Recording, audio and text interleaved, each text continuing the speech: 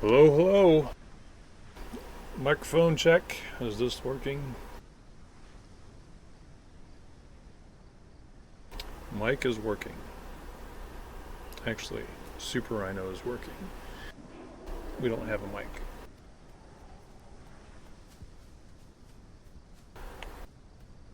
So today we're doing a little Saturday closed testing stream in the swamp of the Forgotten Forest. All the closed testers are here. Well, not all of them. Some of them are here. And we're testing the new Dragon Pearls. Which I don't have any of the new Dragon Pearls. I need to go get some.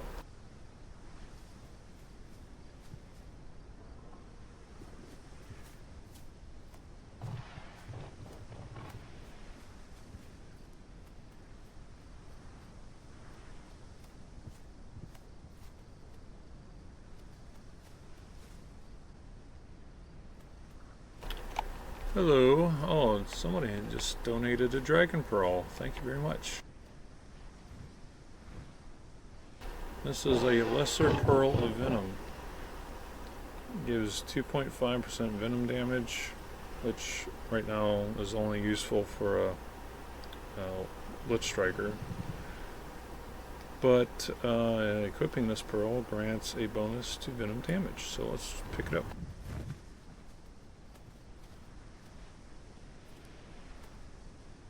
I just picked it up. And now it's in my Dragon Pearl inventory. And there it is. Along with all these other pearls.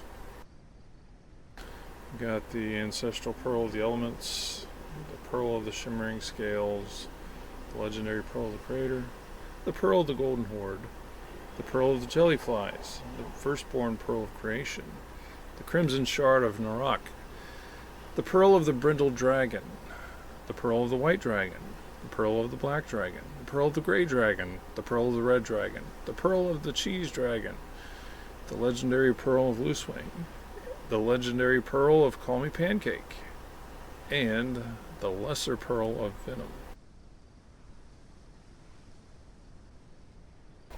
We don't want that. We can't use it. So we're going to donate it. So we just coughed it up, and somebody else can now take it if they want to. We added this new, or I added this new effect so that when you pick up a pearl, it just floats up to your mouth. I'm a loot ninja, so I know all about, like, when you're looting, you don't want to be wasting time doing a eat animation or some kind of pickup animation. You want to grab them pearls before other people do, right? So we're gonna, forgo realism on this one aspect of the game, and we're just gonna, let you suck in, turn the vacuum cleaner on and just kind of suck in the pearl like that. It also lets you know who picked the pearl up. Like, if you're in a group and pearls dropped, it's like, oh, you took all my pearls. I don't even know what that was. What was it? A greater pearl of nesting prowess. Ooh.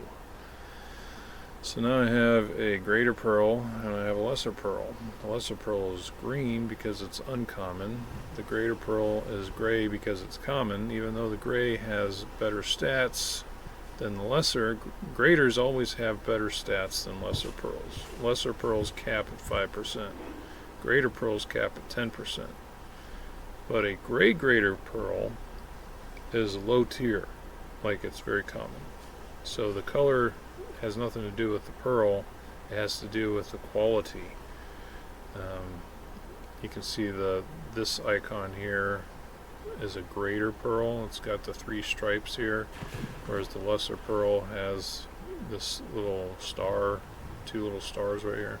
It's a lesser pearl, greater pearl has 3 stripes, and then an ancient pearl will have like a bunch of checkers on it, which I don't have an ancient pearl at the moment. But this greater pearl nesting prowess will be something that nesters will want.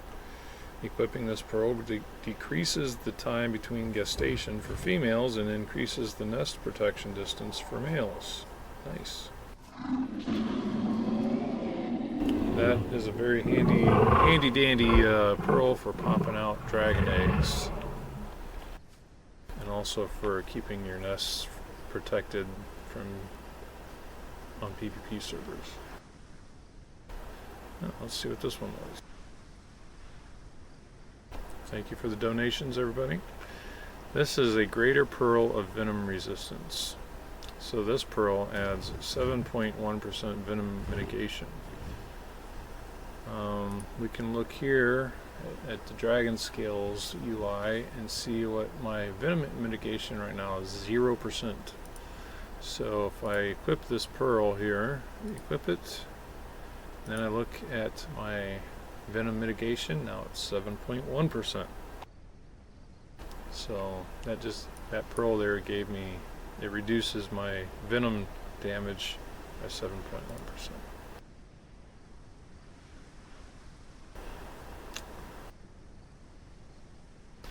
Are you struggling with shadow scales? You might want to wear a pearl that has plasma mitigation.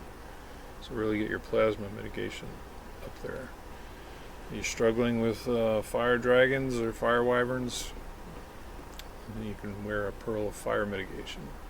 What about acid spitters? Well, we got an acid mitigation pearl as well. So you'll be able to equip the pearl that best suits you for whatever you're doing. So, and let's see. We're going to drop this pearl.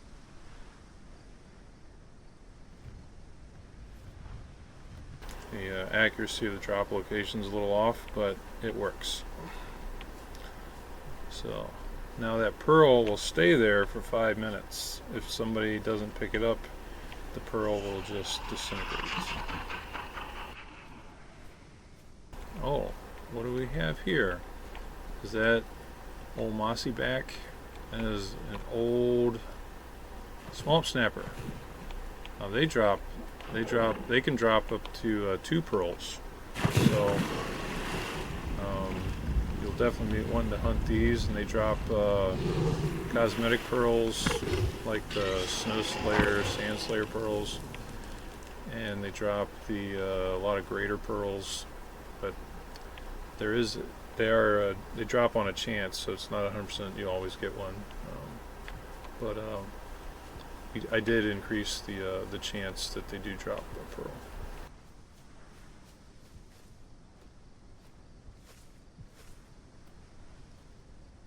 All right, something's going on there with with the ragdoll. Kind of kept teleporting.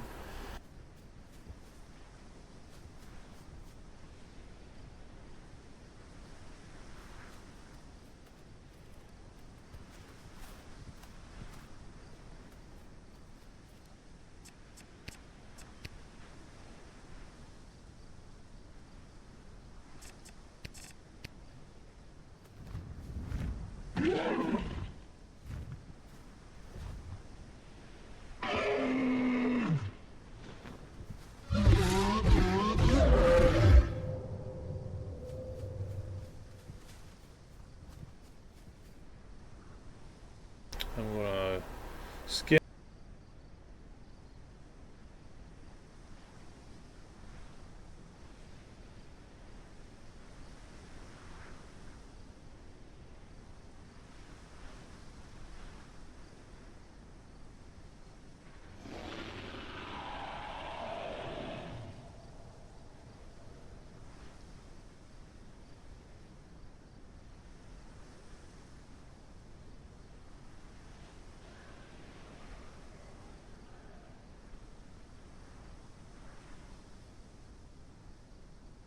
Hello to all the first-time chatters.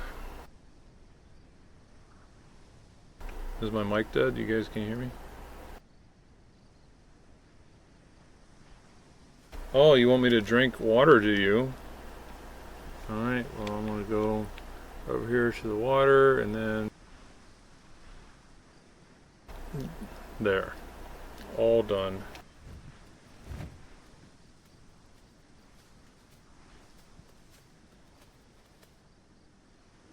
Alright, so dragon pearls are something I've been working on for over a year. And they're pretty much all done now. I think other than there's a couple little polish issues that I want to get fixed before the patch goes live next week. But they are working and functional, and there's over total, right now there's currently 160 dragon pearls in the item table. And of the 160, about 140 of them are stat pearls, which, give you some kind of a stat, like a buff.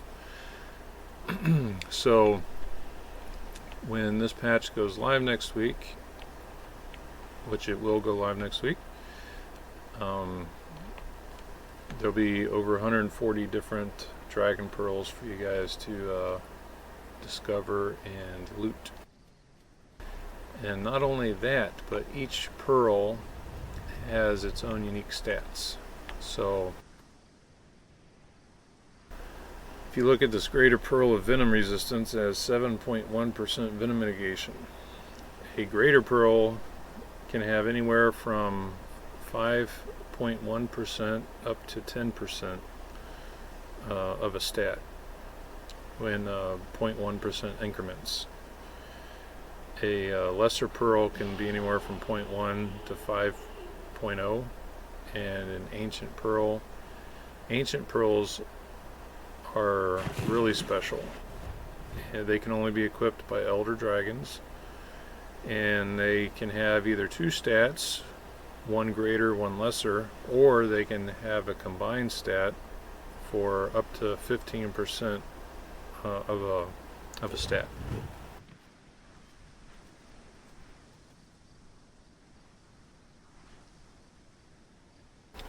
Let's see, I'm going to start reading some of these questions here. Coraxa asks, does the Ironhide Grazer get added to, or we smack snappers for now? Next week it'll be smack and snappers. And also spine scrabs. We added a matriarch spine scrab, which is gray and bigger than regular spine scrabs, and they have a small chance to drop lesser pearls. So lesser pearls can be equipped by juveniles. Hatchlings cannot equip pearls, but juveniles can. They can equip one lesser.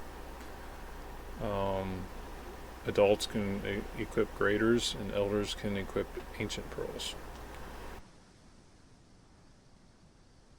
But after this patch, this is going to be 1.2.30, and then after that, the next patch, 1.2.31, will have the Ironhide Grazers in it. And that will be the end of the 1.2 patch cycle. And after 1.2.31, I'm going to work on getting 1.3 out. And you say, wow, 31. Yeah, I have updated 1.2 31 times, or 30. It's going to be 30 times next week, and then 31 before it's done. But every patch, the game just keeps getting better and better and better. Let's see, another first time chat. When do you think the Ironhide will come into the game? I'm hoping to have it in the game before the end of this month.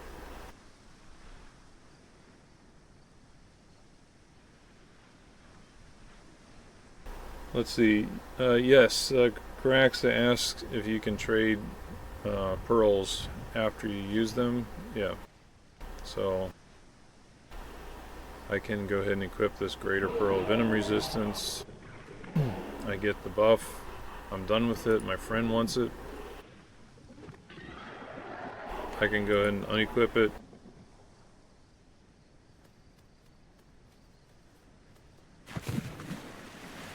And then I can drop it.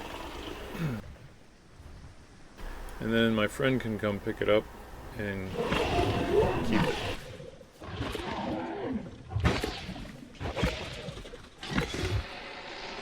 Hey friend, you want a pearl?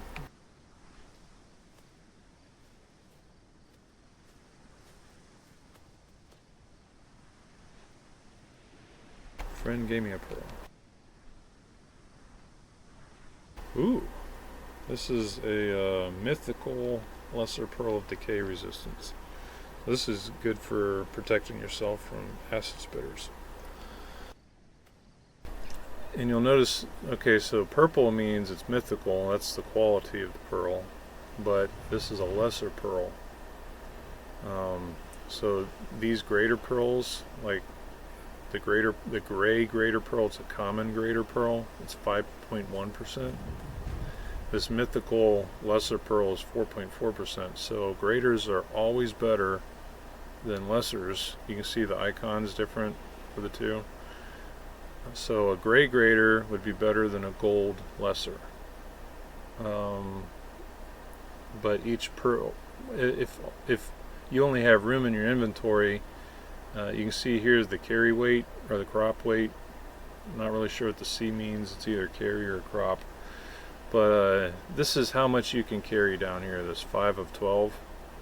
Lesser pearls, you can see it says effect buff, quality mythical, binding unbound, weight is 1 CW. So every weight gets added to your total capacity. And so lessers are 1, graders are 2, ancients are 3. All your skin and cosmetics are 0, so they don't add any weight to you can have an unlimited number of those. But stat pearls, you are limited on how many you can carry. And so I'm at 5 of 12. Let's say I want to get rid of this lesser pearl. And you can see now I'm down to 4 of 12. So you won't be able to carry an infinite number. You'll have to, manage your inventory and trade pearls. And a lot of players will be interested in the pearls that you don't want or you can't use because everybody has different play styles, and you'll even be able to trade pearls for nesting. You might want a special skin, or somebody might be nesting for piebalds or something, and they might say, well, I'll nest you this if you give me this pearl. So if you like combat, you can go grind for pearls and then use them to trade with nesters who like nesting and don't like combat. So the nester gets the pearl and you get the skin or cosmetics. So that's kind of like the economy I'm going for in Day of Dragons. So pearls kind of are like the economy, the trade commodity in the game. And later on we're going to be adding shards as well.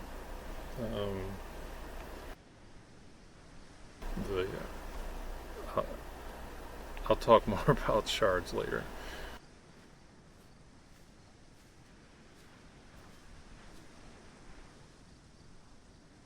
Will there be any new skins for the next patch? No.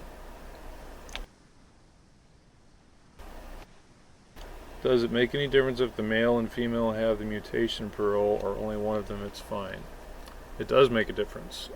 So the male and the female pearl stats are combined. So it's not like checked when you put the nest down, it's actually checked in real time. So if you take the pearl off and you're still nesting, you're going to lose the bonus. So you'll want to make sure you keep the pearl on while you're nesting, both the male and the female, because if you take them off, you lose the bonus.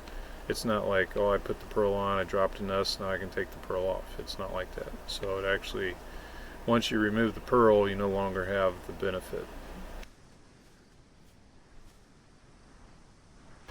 And stat pearl, stat pearls are, there's 3 types of dragon pearls in the game. We have cosmetic dragon pearls, we have skin overlay dragon pearls, and we have passive buff dragon pearls. Passive buff dragon pearls are never bound, so they're never a bind on acquire or bind on equip. So you can use them as long as you want, and then when you're done, you can trade them. There is one exception, and that exception is the elder growth pearls.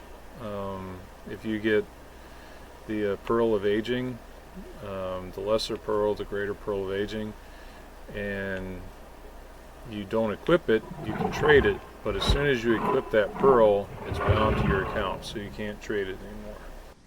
So there might be some exceptions for, like, certain pearls might be bound after you equip them, but they'll never be bind on acquire. They might be bind on equip. If in doubt, just read the tooltip, and this one says it's unbound, unbound, unbound. If it was bind on acquire, it would say bind on acquire. If it was bind on equip, it would say bind on equip. And the difference is, bind on acquire means that as soon as you pick it up, it's bound to your account. Bind on equip means as soon as you equip it, it's bound to your account. So you can trade it, you just can't use it if it's bind on equip. If it's bind on acquire, that means as soon as you pick it up, it's yours.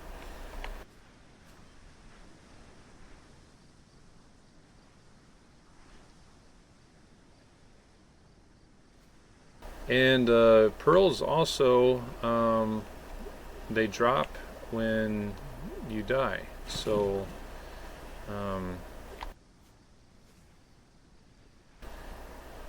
the passive buff dragon pearls, if you have them, even if it's equipped, any pearls you have that give stat bonuses and you die, they drop.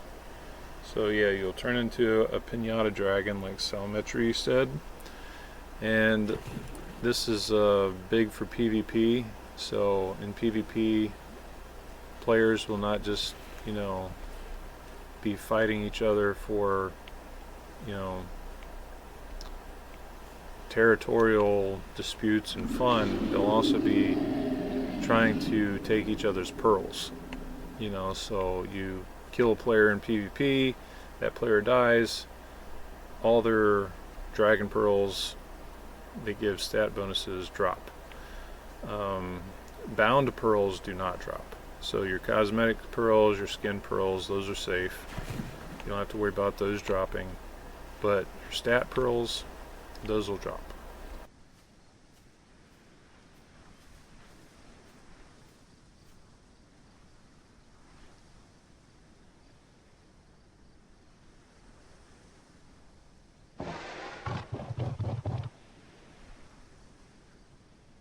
The equipped pearl was going to allow you to be able to keep it, but no longer, because in testing we found that with the respawn mechanic, if you have an equipped pearl, and let's say you were an elder dragon, you had a ancient pearl equipped, and then you die and you respawn, you get to keep it. Well, now you have a hatchling with an ancient pearl.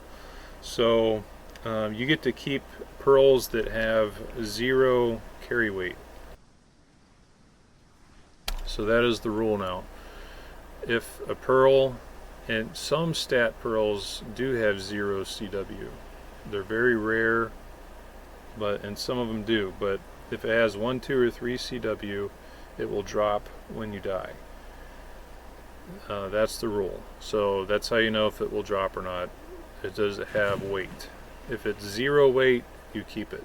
If it's not 0 weight, you drop it.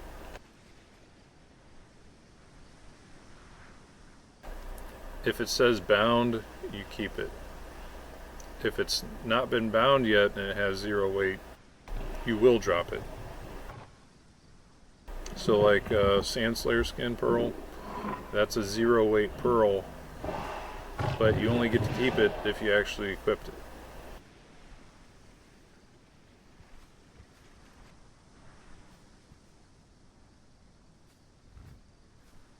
Let's see, does that mean aging pearls would not drop after binding even though they're stat pearls? I'd have to look again at the code. I think they do drop. I'm not, I'd have to look again and see, but I think they do drop because they do have weight. So anything with weight, it drops after you die. But I'm not sure that you'll be able to actually pick it up after it drops because it was bound to somebody.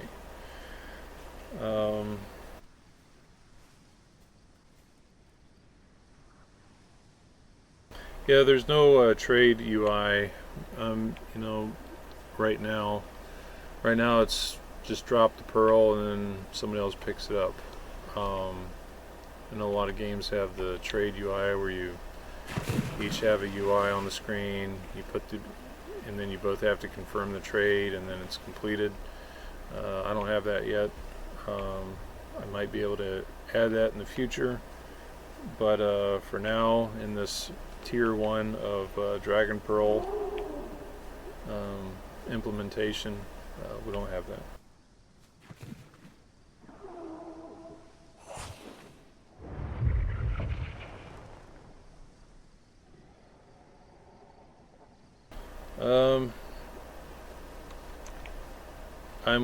I haven't really got into looking at that. Sad. I thought that was fixed, but then players found ways that it wasn't fixed. So right now you can't change. We don't allow people to swap their Patreon rewards to different accounts right now until I figure out how that is being exploitable. Let's see if he drops a pearl. Almost fight me. Didn't drop a pearl. Let's see, would you ever consider adding a territory map claiming function PvP, perhaps inspired by extent of, like in Wolf Quest? I haven't actually thought about that. I am going to plan on really adding a lot of more PvP features in the game in the future.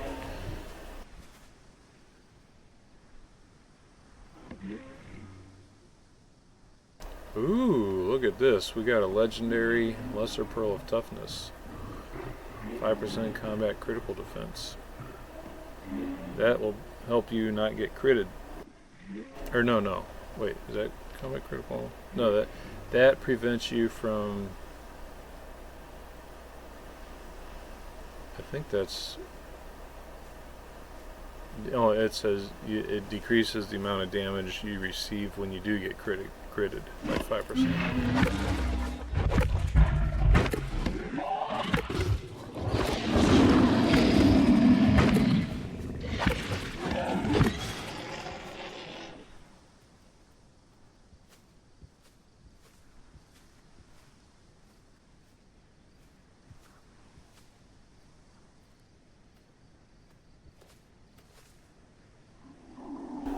This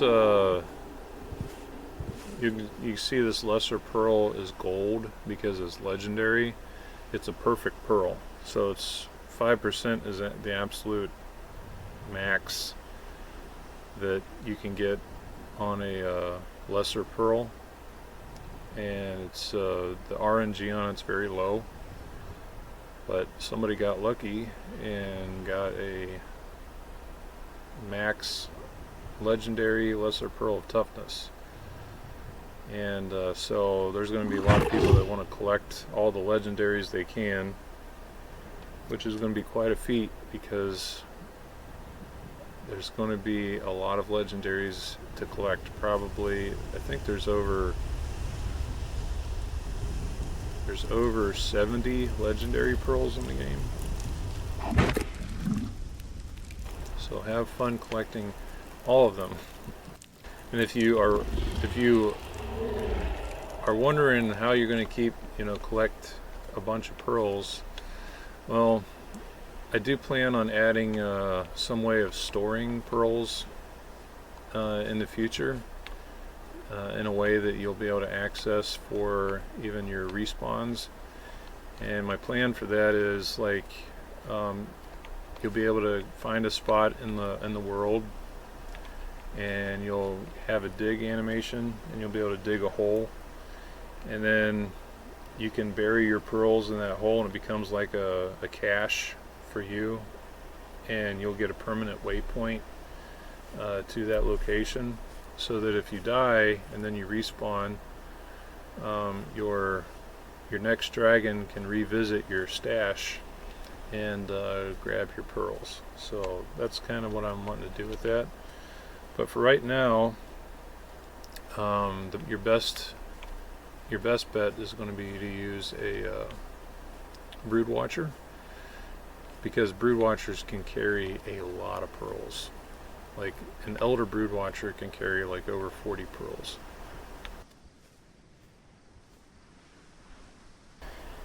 Yeah, clan cave, that's another thing. We do want to do clan caves with storage, and so it'd be like a clan storage where like all the clan members have access to it.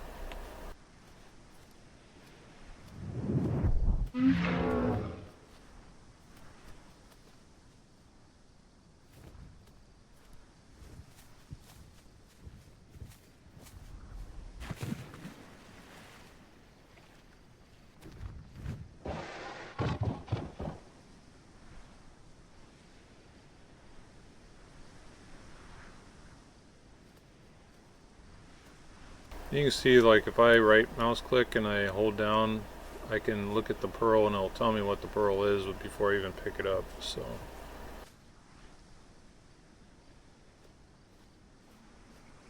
do I want that pearl? It's a common pearl. It's one of the worst greater pearls that I've ever seen. 5.1%. They actually don't get any worse than that for a greater pearl.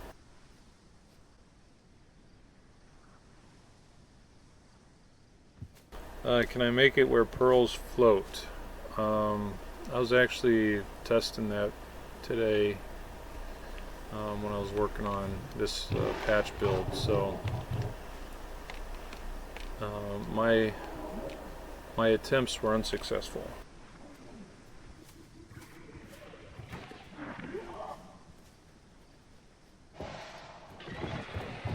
Oh, did you see him? He just dropped 2 pearls. See that? And that one has 0.5% venom damage. So they just killed that swamp snapper, and he just dropped a couple pearls.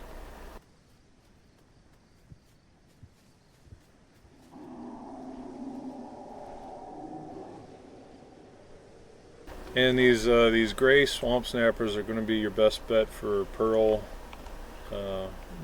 collecting. Oh, that one's horrible. That is a horrible pearl. 0.1%. But it's better than nothing. So if you have absolutely nothing and that's all you get, might as well equip it until a better pearl comes along.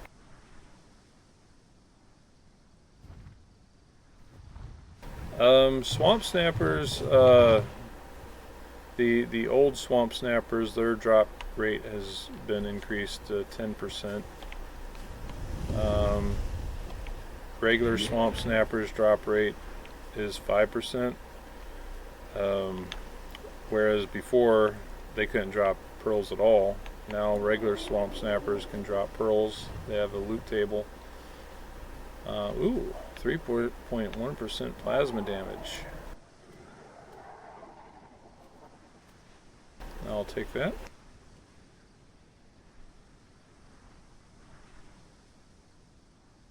That's going to make my attacks even more powerful.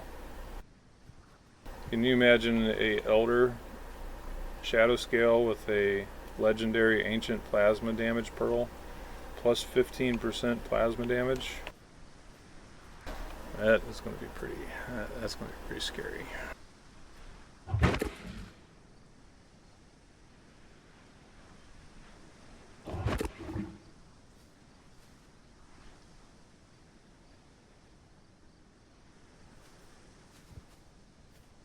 .6% acid damage. That's pretty good.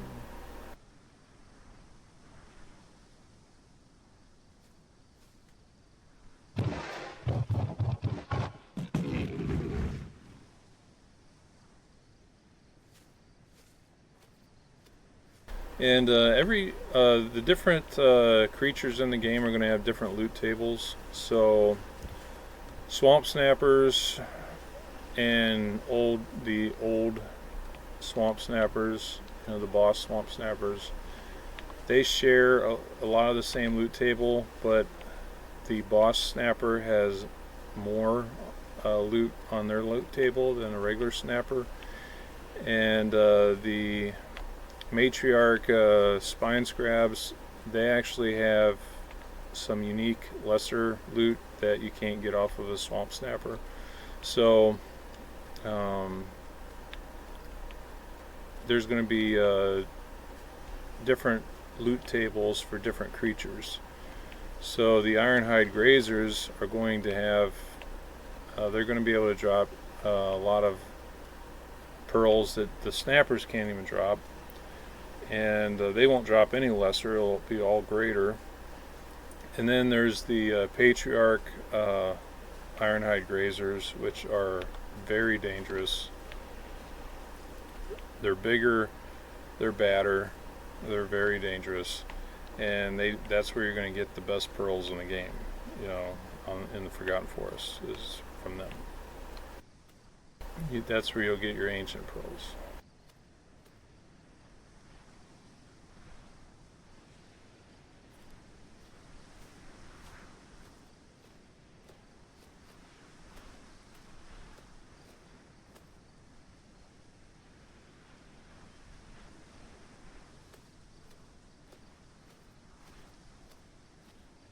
Well, Leica, that's something that our community is really good at, is making community walkthroughs and guides and maps and things like that. And the community's better at that kind of stuff than I am. So I'll let the community do that kind of stuff.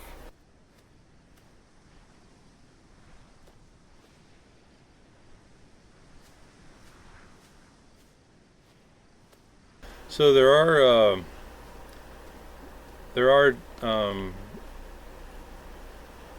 one type of pearl that is not in the game, and that's physical damage bonus pearls, because I've spent a lot of time balancing physical damage, like biting and tail swipes and that kind of thing. I think that if I added a pearl that gave you more bite force or something, that would really unbalance PvP. So you won't find any pearls that boost your bite damage, but you will find pearls that boost your elemental damage, like plasma or fire, and also pearls that give you a higher crit chance or higher crit damage.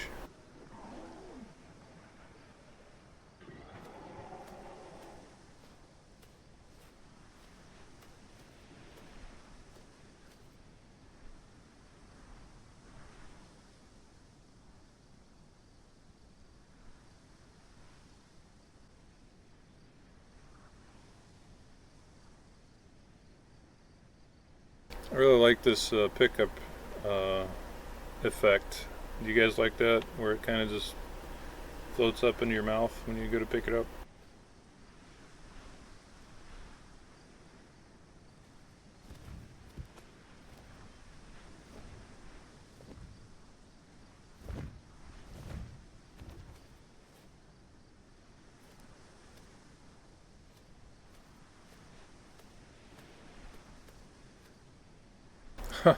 Ooh, skin crafting critical chance, but 1.3%. But hey, that's better than nothing.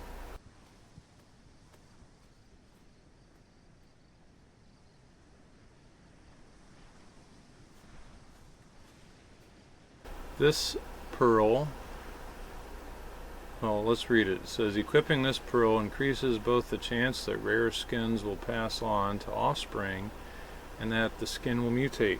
So if you're all about getting those rare skins and, you know, albino and piebald, this is the pearl you want right here.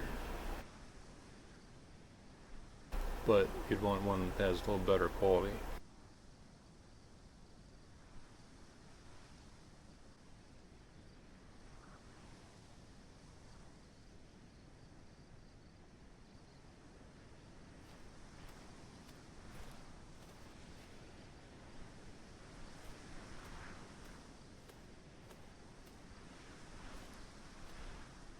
Iconic is the rare skin right now. Yeah, true that.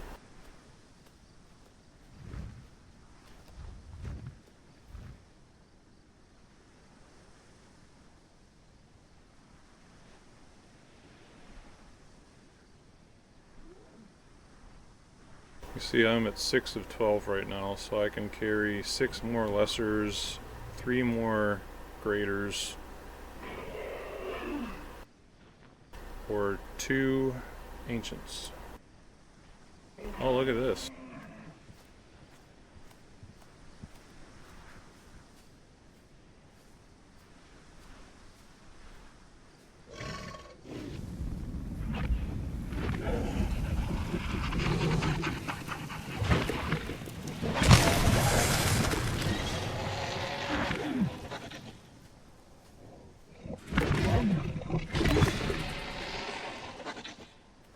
Oh, we got a loot ninja over here, looting all the pearls.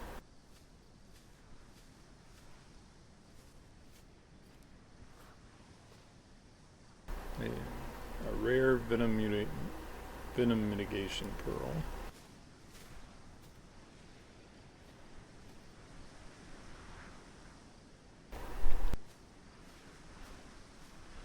So how many of you are going to be pearl farming?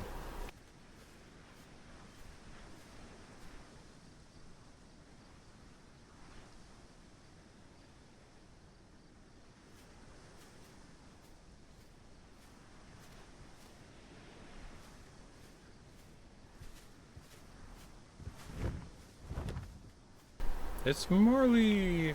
Hey Marley. I got a gift for you, Marley.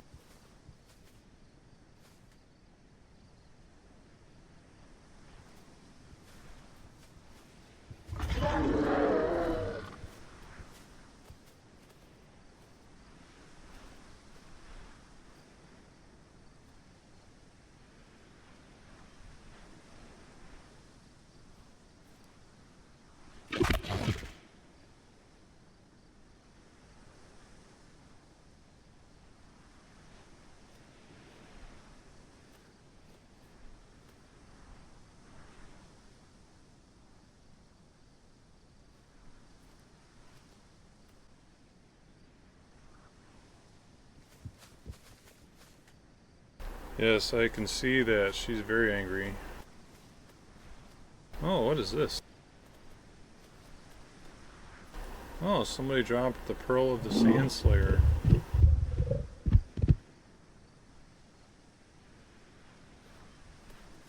You see that pearl is yellow and the other ones are different colors. So a white pearl is a lesser pearl, a yellow pearl is like a skin pearl,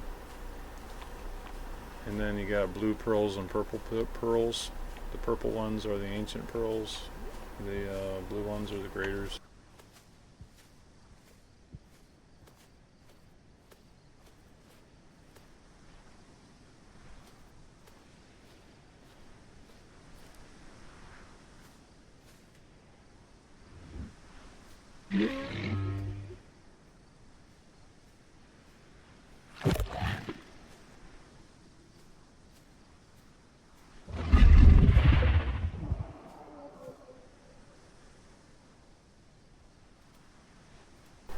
Eyes!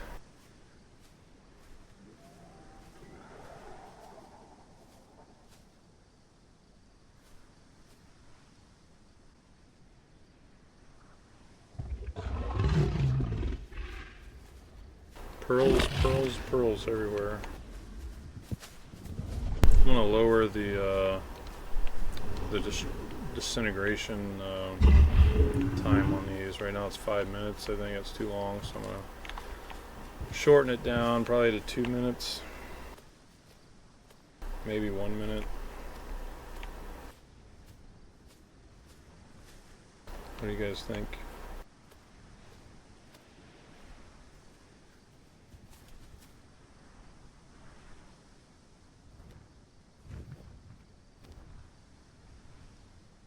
Alright, 2 minutes. Alright, we'll do 2 minutes.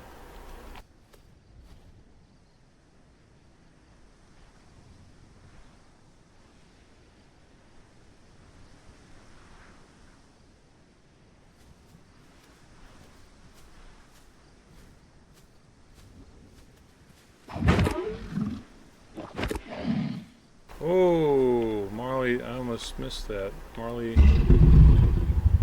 died and pearls went flying everywhere. Did you guys see that?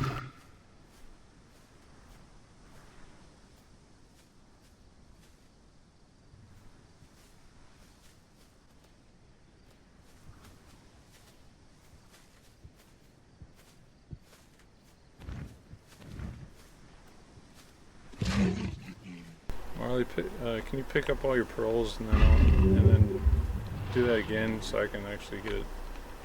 I almost missed it. I want to prepare this time. I want to pick your pearls up.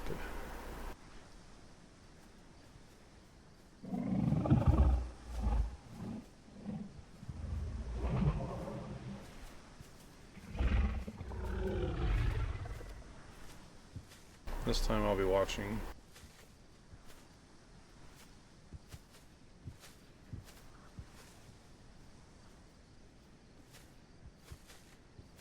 Marley the Pinata.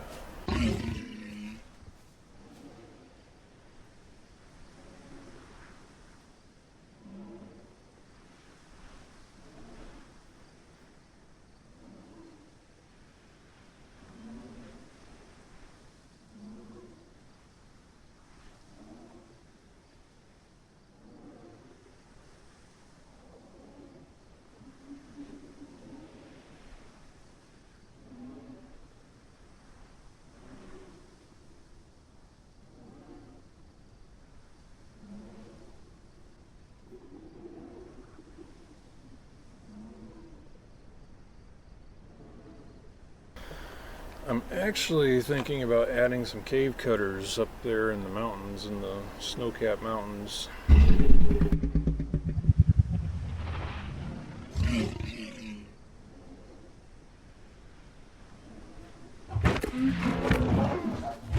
Hey, you guys, did you see that?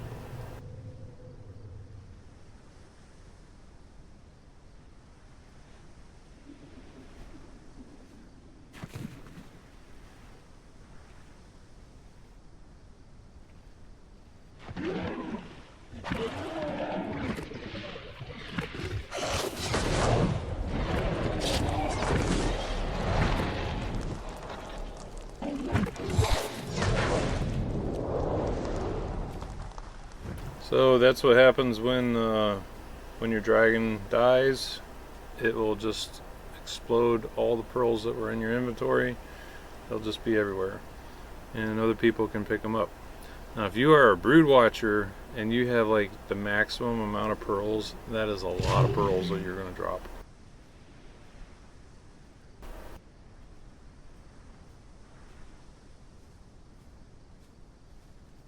I do plan on doing a clan update and rework the UI, but currently the names show up as offline, and I'm very much aware of that. But when I get around to the clan update stuff, I'll fix that. Yeah, I do plan on adding an alliance mechanic as well. I have a list of things that I want to do with the clan update, and both of those are on the list. Alliances, fixing the UI, tweaking it, making it better. I think that the current clan UI, that it's the same UI that I made in Dragon's Legacy. So that UI is like 4 or 5 years old. I think 5 years old.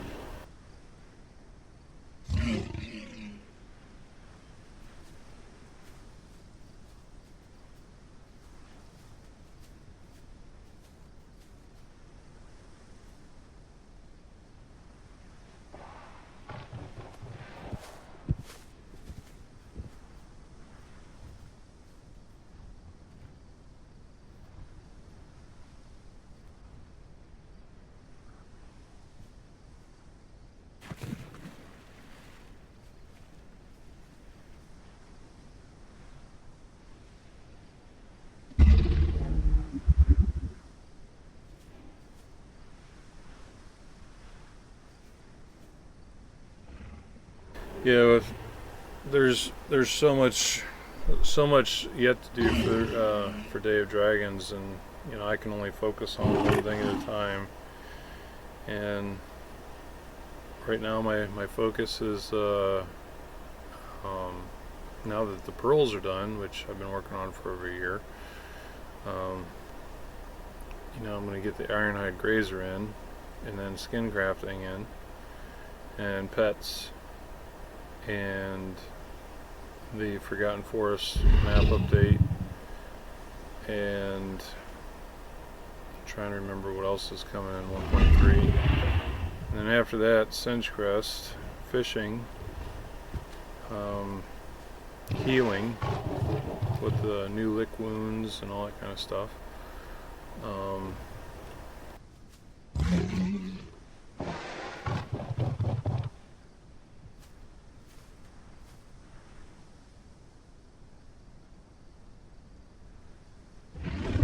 After Ironhide, what's the first major piece of 1.3 that I'll be aiming for?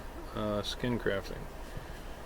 So skin crafting is right after Ironhide, so I'm going to go straight to work on finishing skin crafting and getting that ready for the game.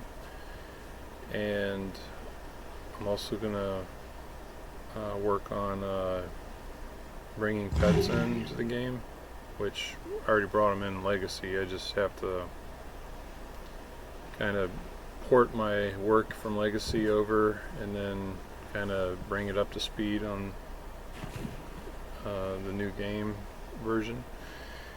And that will be the gist of 1.3. And then and of course the Forgotten Forest map update, which we're hoping will be the final Forgotten Forest map update, where we add lava in the lava trench and all the other stuff that Echo's been working on. And once I get 1.3 out of the way, I'm going to start working on 1.4. And 1.3 is not going to take anywhere near as long as 1.2 did. Because, after 1.0, we kind of went into, okay, let's put out a couple hot fixes to try to get the game stable and best we can get it. And then 1.1 was like, let's get rid of a lot of the changes we made 1.0 and make the game more playable in 1.1. And then 1.2 was like, okay, let's do even more of that, make the game even more playable, more optimized. And so 1.2 I've been doing, if you go back and look at all the 1.2 patch history, we just been adding in content, making the game better, more playable, more optimized, fixing bugs, one patch after another. And 1.3, once that's in the game, then the fully featured 1.0 game that we were hoping for back in February 2024 will finally be out. So maybe then a lot of people are going to start coming back and be like, hey, skin crafting is finally here, we're coming back. So we'll see.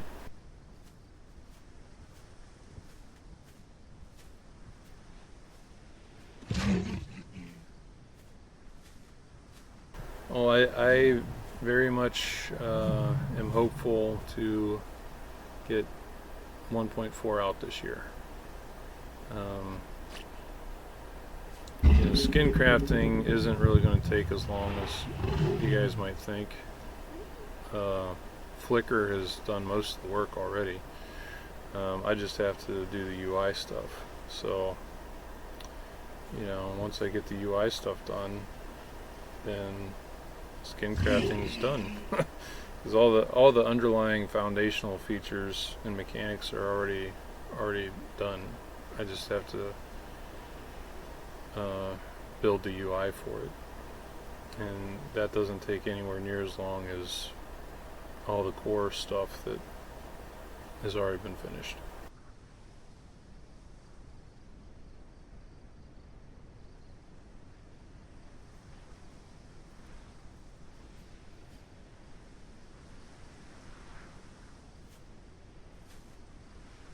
The game is super loud.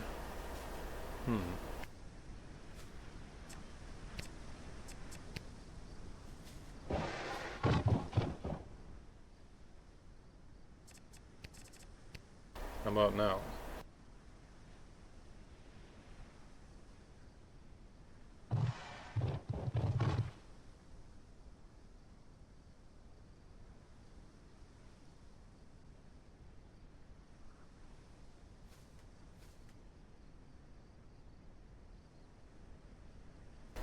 Yeah, to me, I can't even hardly hear it, even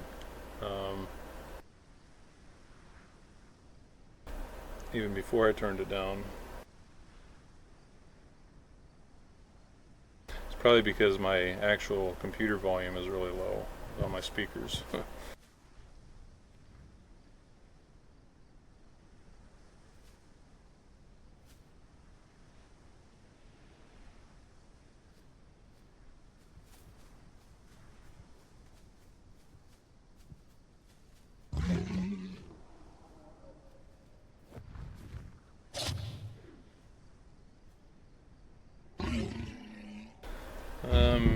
So gold pearls will handle skin crafted skins by just overlaying a gold on top of it.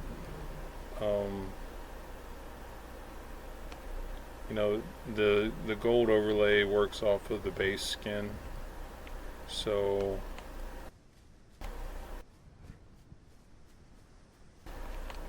you know, for any skins, it's not the specific 3 other variations. It will just be a gold overlay.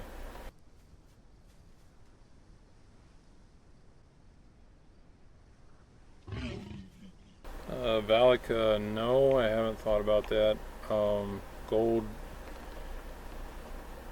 just affects Crimson, Mela, Leucistic, and that's it. Other than, you know, being gold on every other skin.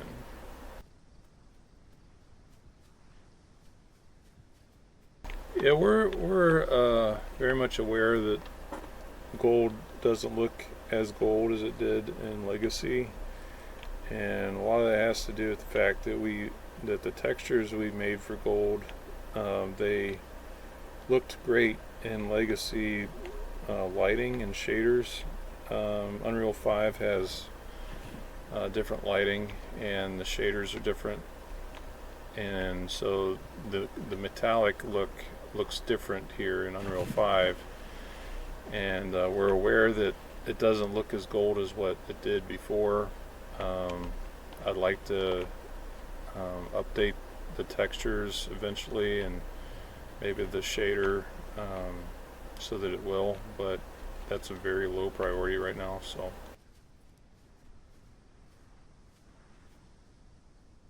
oh, you want to show me a pearl? What pearl?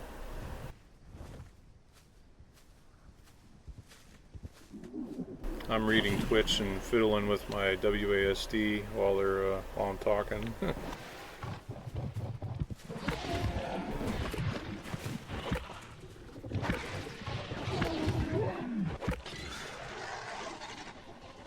Let's see, do I want to show the stream of Matriarch? Yeah, do you have one, Marley? Where is it, Marley? Do you have one in your mouth, or did you find one?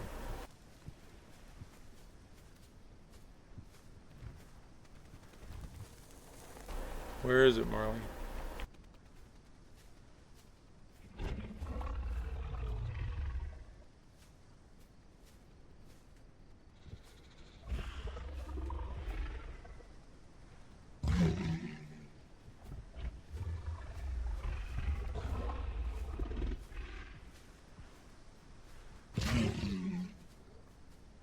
If anybody else finds another Matriarch scrab, let me know so I can teleport and show people what it looks like.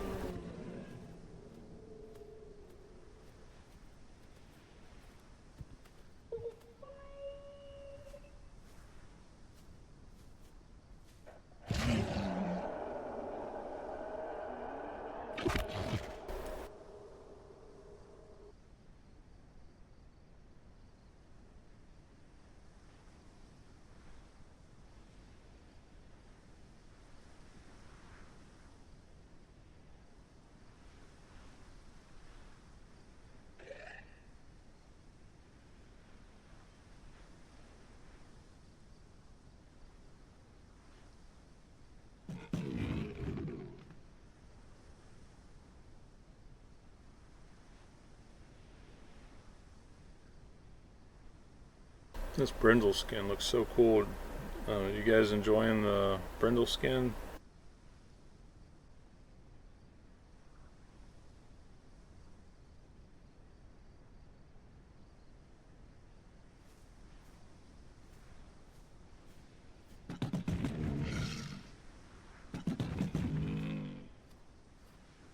You guys probably already have brindle pie with A++ stats, right?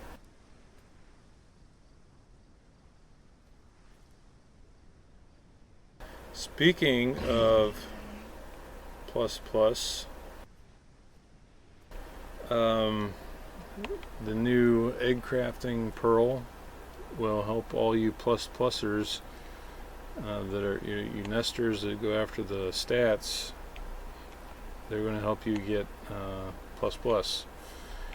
And if you guys remember, several years ago, I said that because a lot of people said it's so hard to get plus, and they wanted more pluses, and I said, well, I designed the crafting system, the egg crafting system. I designed it for stat pearls, which are going to come in the game later, and that's why it was so much harder to do without the stat pearls. But next week, those egg crafting stat pearls are coming into the game, and you will have a much better chance of getting plus. And how they work is, so the pearl bonus is capped at 20%. So if the female has an ancient legendary egg crafting pearl, that'll give her 15%. If the male has a legendary lesser egg crafting pearl, that gives him 5% combined, that's 20%. If they both have legendary greater pearls combined, that's 20%. If they both have ancient legendaries combined, well, that's 30%, but it's capped at 20%. So you lose 10% of the bonus because the 20% cap.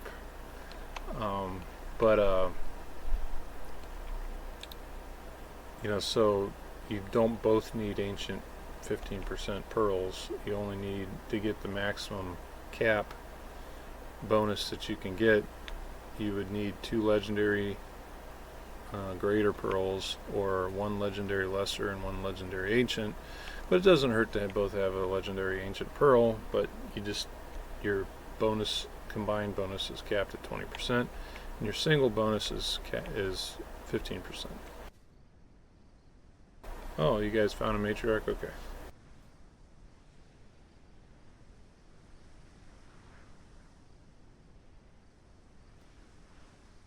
Alright, so that is a matriarch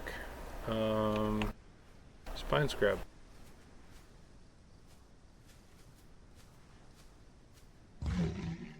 And she's feisty.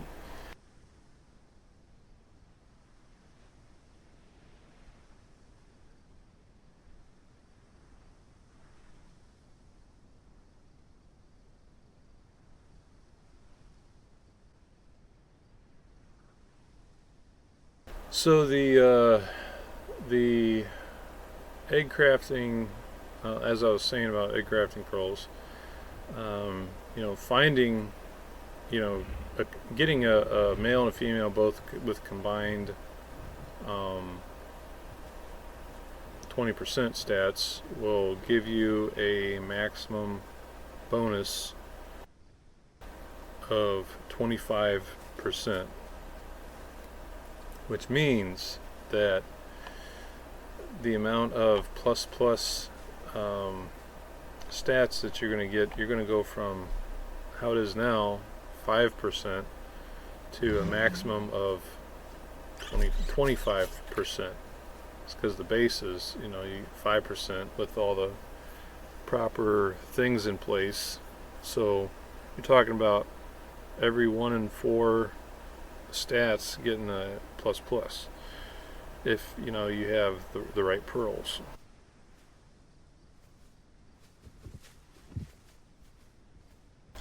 It's even going to be possible now to, your chances of getting 18 plus is going to be a lot higher now with these new pearls coming into the game.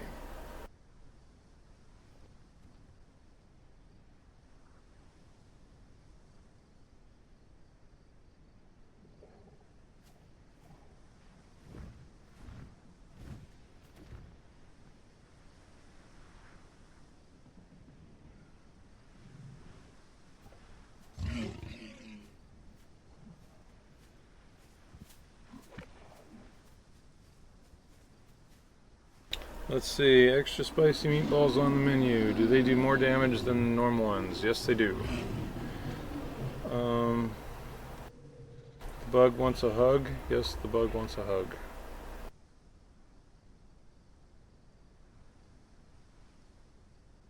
Does it give more food? Yes, it gives more food. Does more damage, has more health, and it gives more food.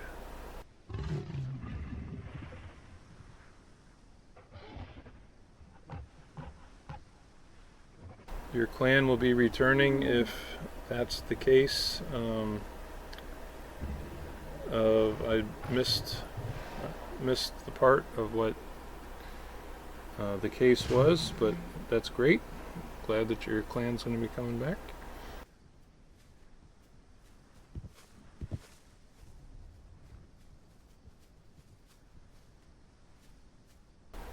Let's see, Ironhide will be in the next patch, and Ironhide will be in the patch after the next patch.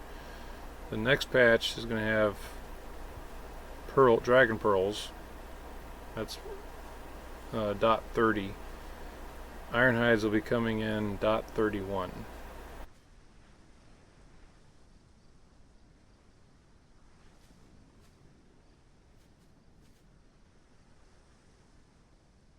Oh, the higher chance of 18 plus. It's going to be a lot higher. You just got to get the pearls to get the chance.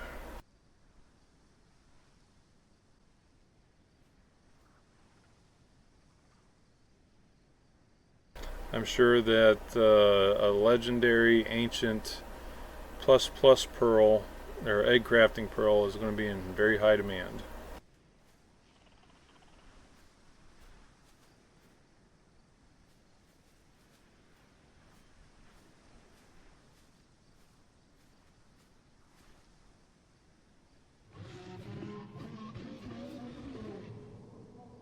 Is the game going to get laggy from all the corpses?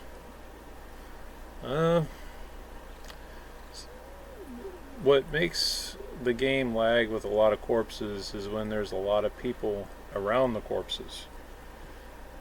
If the corpses are spread out across the map, then it's not going to be a big deal. It's when everybody is like all around, you have 30 people and then 30 corpses on top of 30 people, so that's like having 60 people in one spot, because corpses are replicated.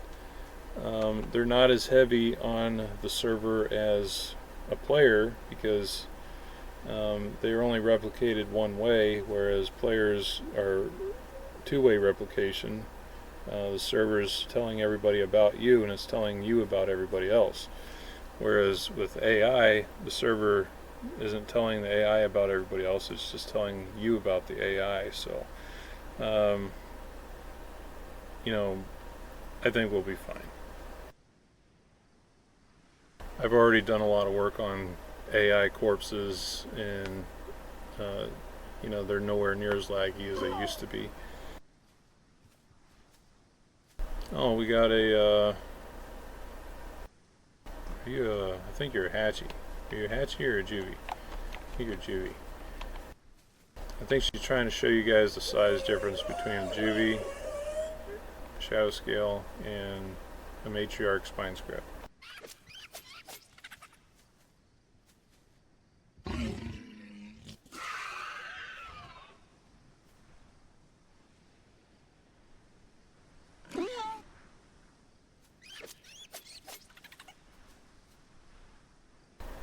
The ancient pearl of egg grafting, it'll allow you to have it increases your chances of 18 A++. It also increases brood watchers brooding crit chance. So brood watchers will want it, nesters will want it. It's all about making better stats. Can you use more than one pearl? You can use up to 3 pearls, one of each type. There's skin pearl, there's a effects pearl, and there's a stat passive buff pearl that passively buffs your stats. The hitbox desync. I'm not exactly sure. Are you talking about when you're flying, or are you talking about on the ground? Because there is desync when you're flying. It's because of the physics not syncing between the client and the server. But if you're talking about on the ground, then there shouldn't be any hitbox desync at all. How do you get the new pearls? You gotta kill AI, and that's how you get it, farming the AI.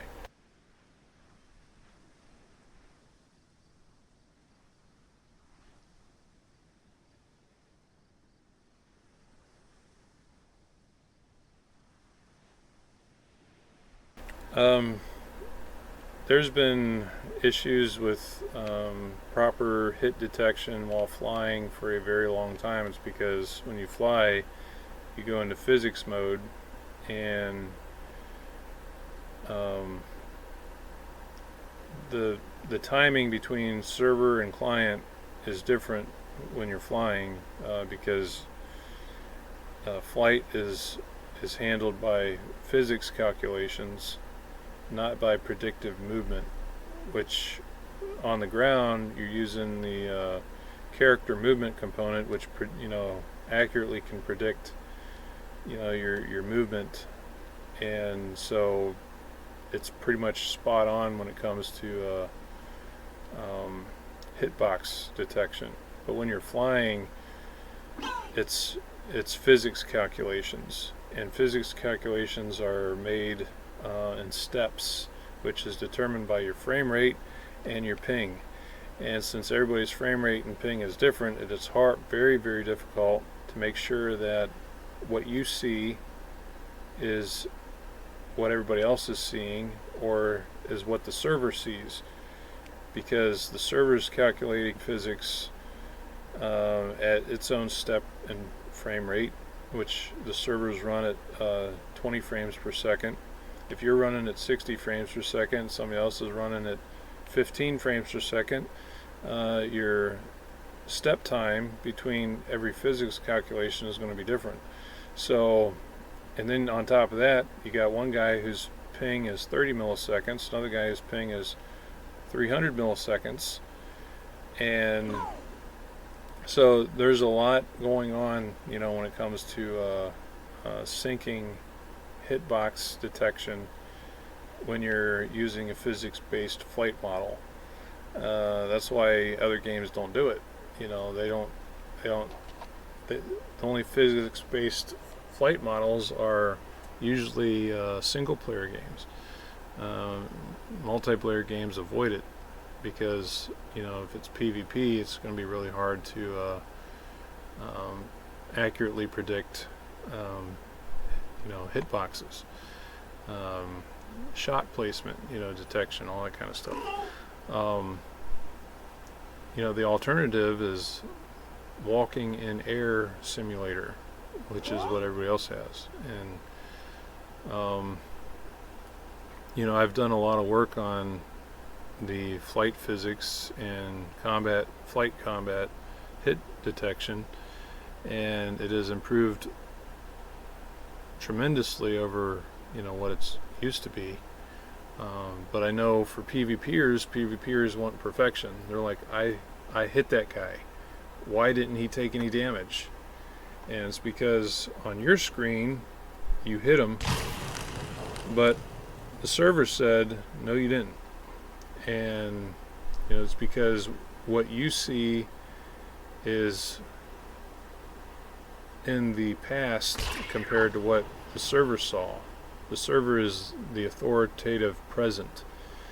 And so this guy that you shot at, you saw where he was when you took that shot, not where he is. You know, if his ping is 200 milliseconds and you shoot at him, you shot where he was 200 milliseconds ago. And the server, when you shoot, and let's say your ping is 200 milliseconds, well, now your shot is 400 milliseconds off. So I'm just trying to help you guys see how hard it is to make hitbox detection work in physics-based flight. What I have done is I've tried to predict it, and I've also inflated the hitbox sizes to make the hitboxes even larger to compensate for the time discrepancies and the ping discrepancies.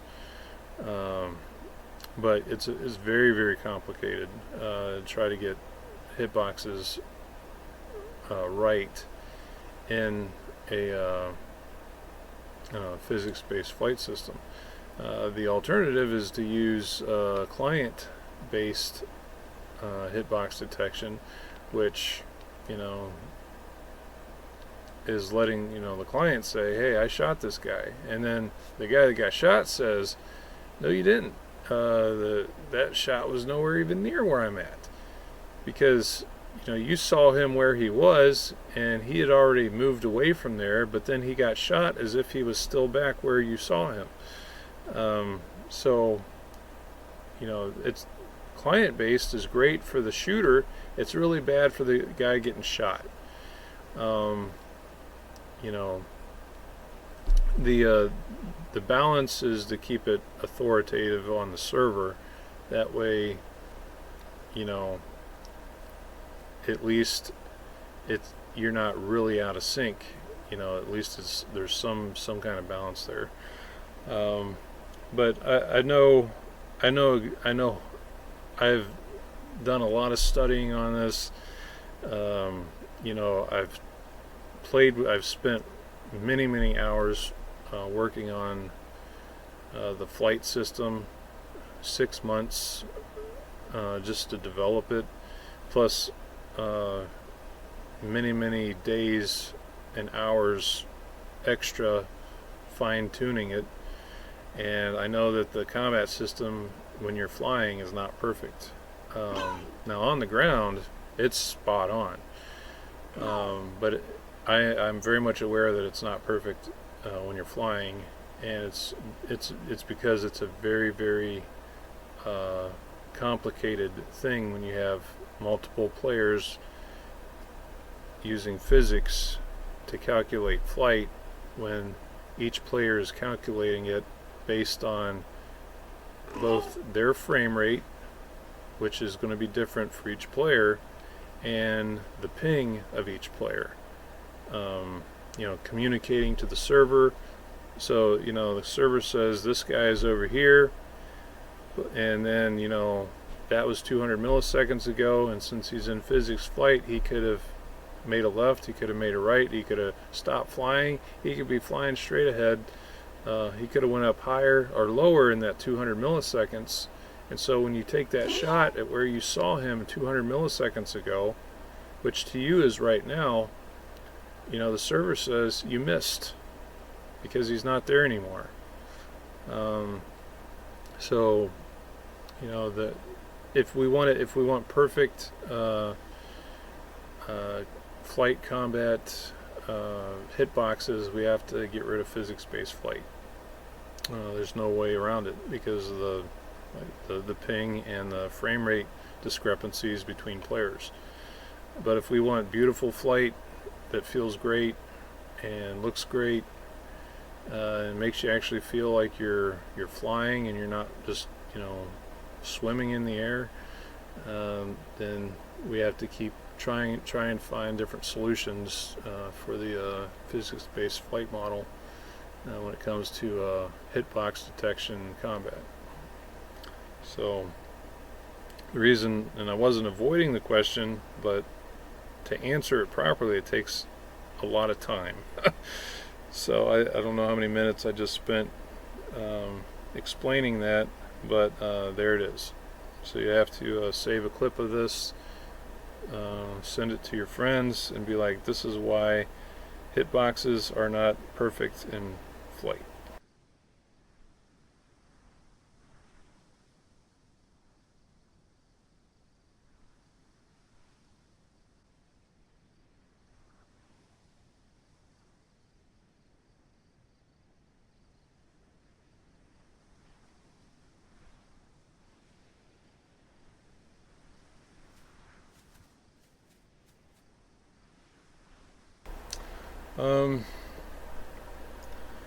Legacy, I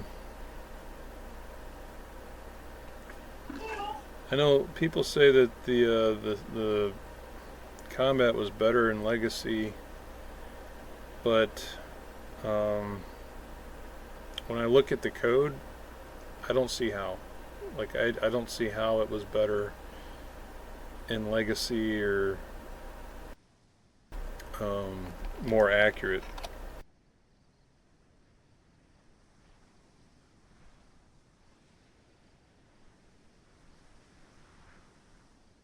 What may have been in Legacy is everybody was running 60 FPS in Legacy, which, that makes a huge difference when you're doing physics calculations.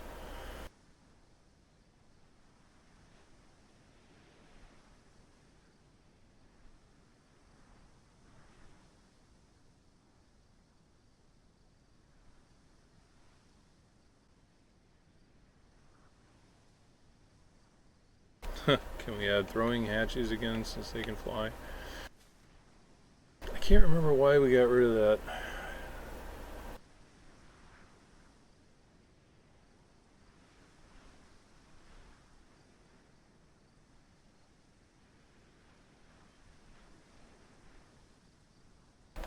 I think the reason we got rid of that was it became an issue, and I don't remember exactly why, but there are certain players that are the reason why we can't have nice things.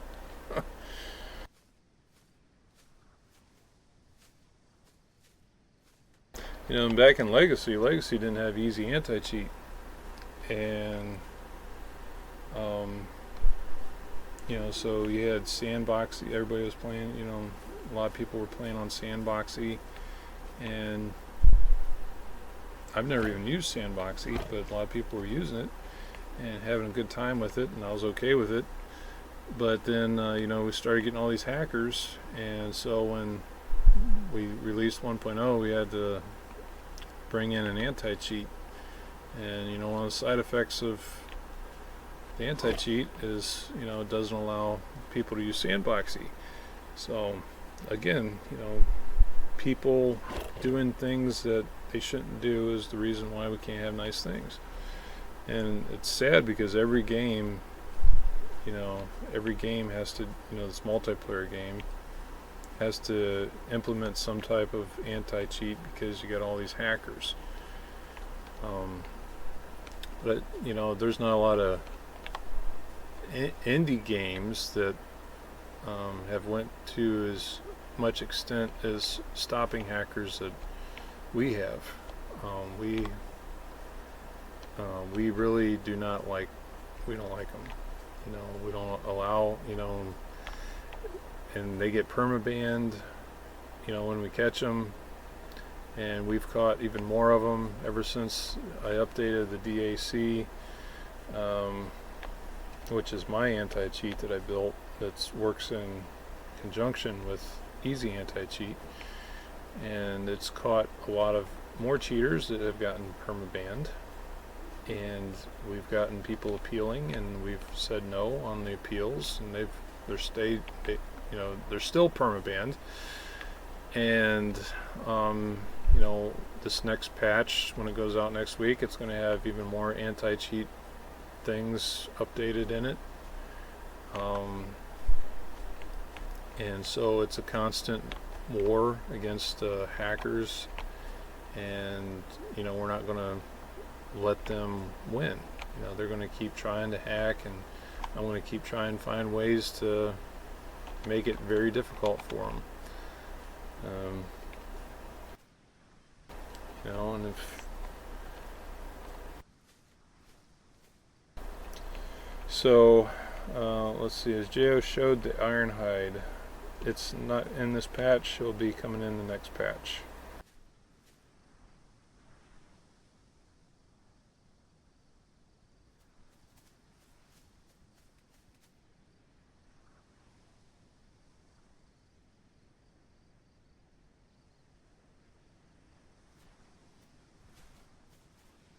Let's see, a lesser pearl of precision.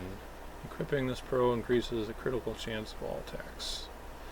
That's a really good combat pearl right there. Good job, baby Shadow Scale.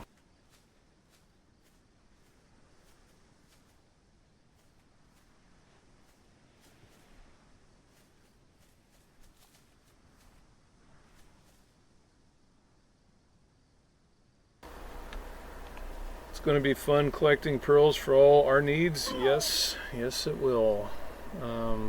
We finally have an economy coming into Day of Dragons next week.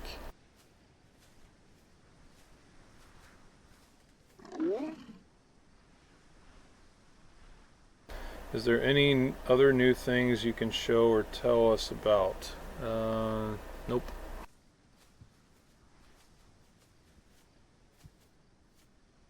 How will clans look in the future? I'm not sure what you mean. Have you thought about whitelisting Sandboxy? That was a great tool. I have looked into trying to get Sandboxy to work with easy anti-cheat, but it doesn't. And if I have to choose between easy anti-cheat and Sandboxy, I'm going to choose easy anti-cheat. What do I plan for clans? Clan caves, clan storage, shared storage, alliances, where you'll be able to see, you'll have an alliance chat, so you can talk to your allies, and you can also see their name tags.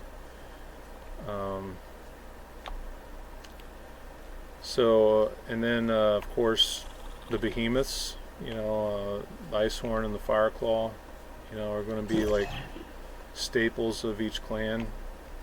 I'd like to do clan territories at some point. Clan caves. Did I already say that?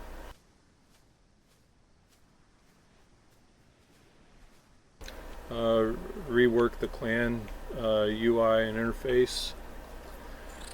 I know it has issues that need to be fixed. The current clan UI hasn't been touched since Legacy, so that's how old it is.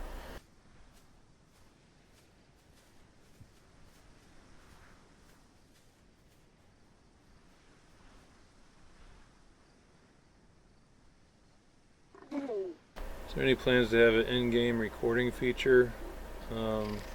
Players to make videos of their gameplay? No plans on that. Most people use, there's OBS, NVIDIA, there's so many different, or GeForce Experience, there's so many, Shadowplay, Metal, there's so many different recording softwares. There's no reason for me to implement one into the game. Or are you talking about like a replay system where you can actually watch replays of, is that what you mean?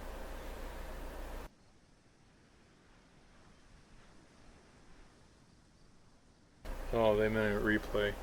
Yeah, so I think, Path of Titans, they have their replay system is the same as, it was basically carried over from the Isle, because Deathly Rage, he built the replay system the Isle had, and then he put that into Path of Titans, which was a good replay system. It's based on Unreal Engine's replay actor.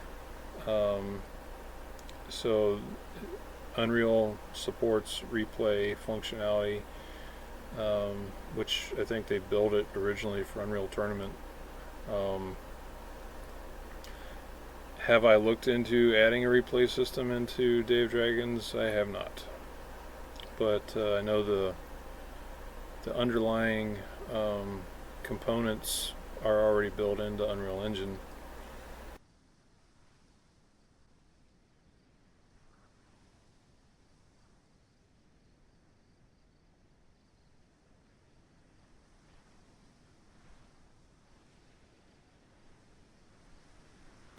A feature for chieftains to dedicate certain abilities to Thunder Chiefs, like a permission system. I think Thunder Chiefs already have a basic permissions, but you're talking about customizing Thunder Chief permissions. I haven't looked into that or thought about that, other than the basic permissions that Thunder Chiefs already have.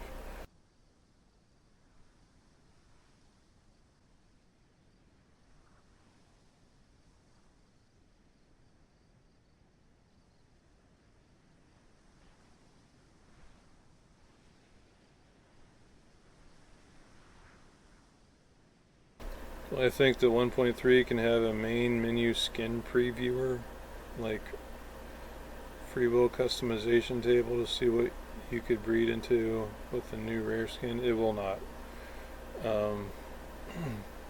That's a lot of work.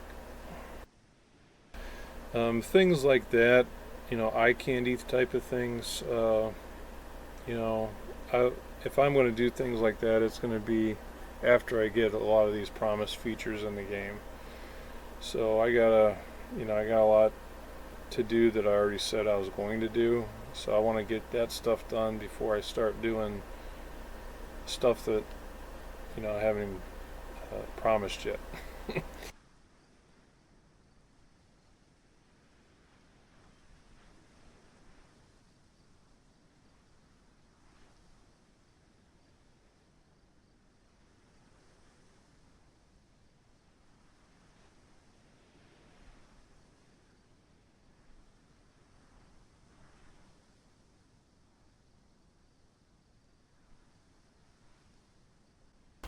I'm getting 60 frames per second right here on my 3070 titanium.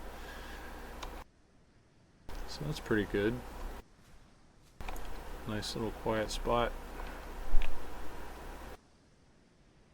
A big rock in the background. I think that's Arch, which is getting I think it looks completely different in the 1.3 version of Forgotten Forest.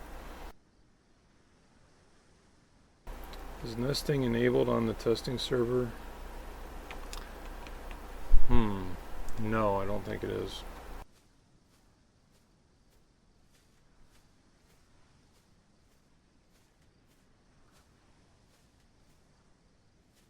Oh, there went a dragon flying in the sky. It's Karta. You guys liking a lot of these skins that are in the game? You know, there's 2 devs behind almost all the skins in the game, and that's one of them right there. That's Karta, our one of our 2D concept artists. And the other would be Jahal, who's our 3D artist.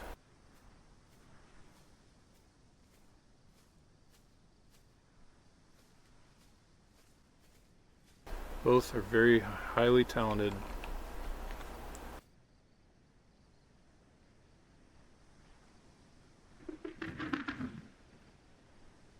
And then we got Fal Marley here, who is our marketing artist. Ain't that right, Marley? I'm the code artist.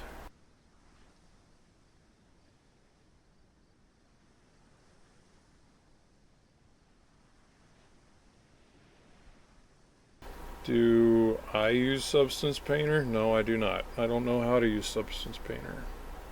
Do they use Substance Painter? I know Jahal uses Substance Painter.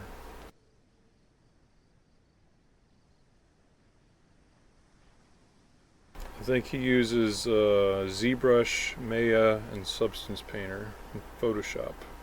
Those 4 programs.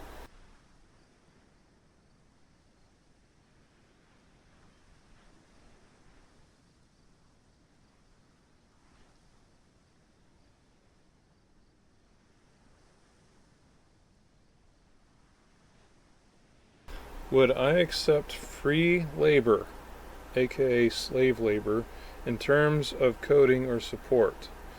There was so many non-game mechanics the community might be interested in helping with. LOL. Things like adding the replay, clan panel rehaul, members going offline thing after 2 days, and many more like that. Think about it. So here's the big risk in that me accepting volunteer coders to work on Day of Dragons. Here's 3 words that Beast of Bermuda. Okay, if you look at what recently happened to Beast of Bermuda, they had a coder leak out their entire source code. So that would be really bad. That'd be really bad for Day of Dragons.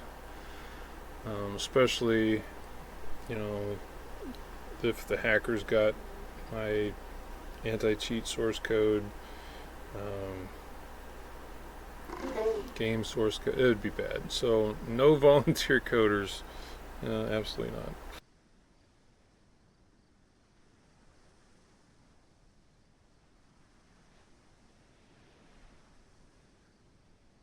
There's also the risk of the volunteer coders breaking more stuff than they actually help. You know, it's like, if they are these like professional volunteers, or are they just, you know, part-time Unreal? I know a little bit about Unreal Engine, and I want to help. You know, no thanks.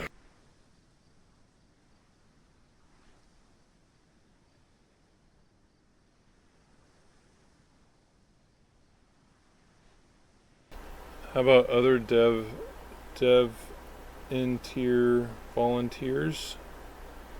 Um, you know, there are positions that I would be open to, like volunteers or interns or whatever, to help with, but coding is not one of them.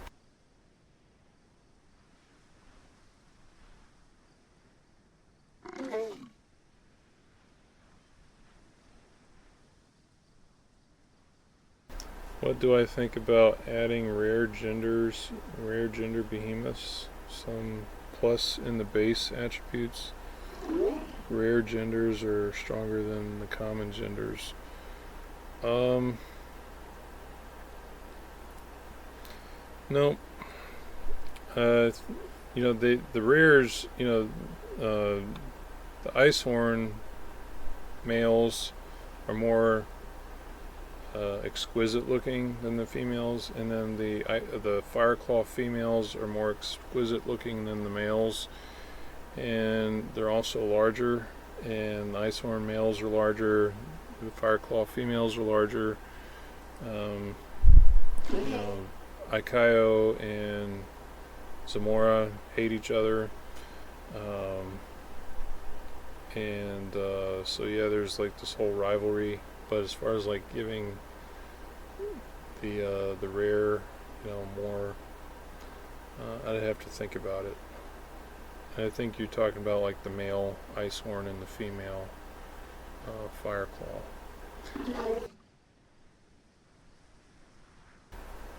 Or no, you're talking about. It wouldn't make sense to give the female Icehorn and the male Fireclaw stronger attributes, like more bite power, more strength, or something like that when they're smaller.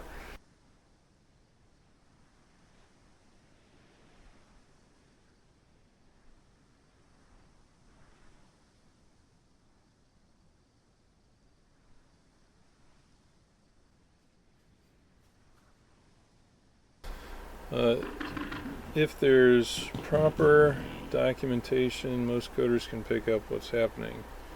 That's true, but not always the case. If you remember, the Isle had to completely rework their game from the ground up because even though they hired several new coders, none of them could work with Deathly Rage's old code. That's the story that I've heard and that everybody else is saying. So, if we're to believe that story, then that's not the case. That I can tell you this: when I look at code that somebody else wrote, I have to like try to wrap my brain around what was this guy thinking? What was he doing here? What is this? How does this work? And you pretty much have to pick the code apart to see, how it works before you can understand how to use it. And whereas when it's your own code, man, I know everything about my code because I built it. I know I know what every class is and what it does, and I know what functions to look for, and so working with your own code compared to working with somebody else's, it's night and day.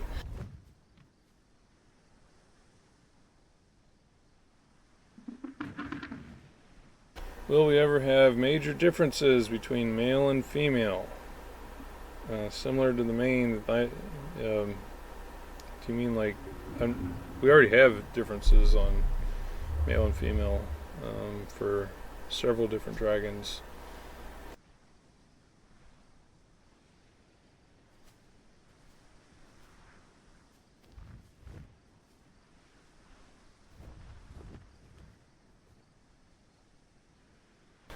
Should we bring back body drag for all dragons? I turned that off. Mainly because it just, with dragon wings and everything, it people were eating dragons and twirling them around and shooting them off into the atmosphere, and all that stuff might have been fun for players, but it was really hard on the server. So it's a whole lot easier for the server to run ragdoll physics and simulations on simpler characters than on complex characters with lots of bones and physics bodies. So for server performance, I disabled it.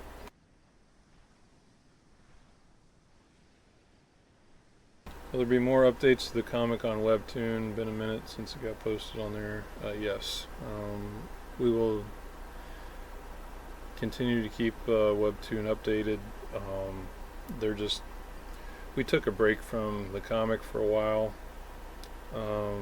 We recently picked it up again this year and are working on, I think we put out 4 new pages this year, maybe 5, and we're working on the next batch of pages. And so Webtoon gets updated, I think it's a year.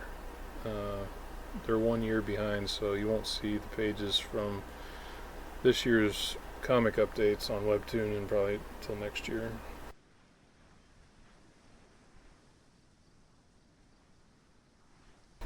What is my opinion on creating games with AI?